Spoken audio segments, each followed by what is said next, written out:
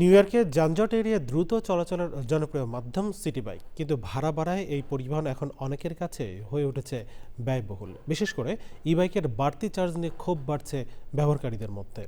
ক্রমবর্ধমান ভাড়া এখন তৈরি করছে নতুন প্রশ্ন। রিপোর্ট আরও জানাচ্ছেন যাযাবর মিন্টু।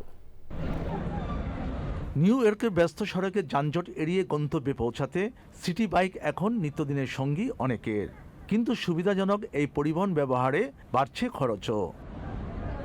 গণপরিবহন কর্মীদের তথ্য মতে ইলেকট্রিক সিটি বাইকে ৪৫ মিনিটের একটি রাইডের খরচ সাবওয়ে বা বাসের ভাড়ার চেয়ে ৪ গুণ এবং ফেরি ভ্রমণের চেয়ে প্রায় ৩ গুণ বেশি।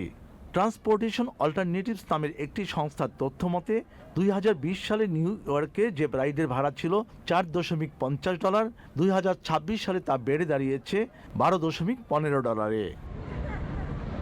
সাইকেল চালকরা বলছেন, সবার জন্য সহজলভ্য গণপরিবহনের অংশ এই সেবা ধীরে ধীরে সাধারণ মানুষের নাগালের বাইরে চলে যাচ্ছে।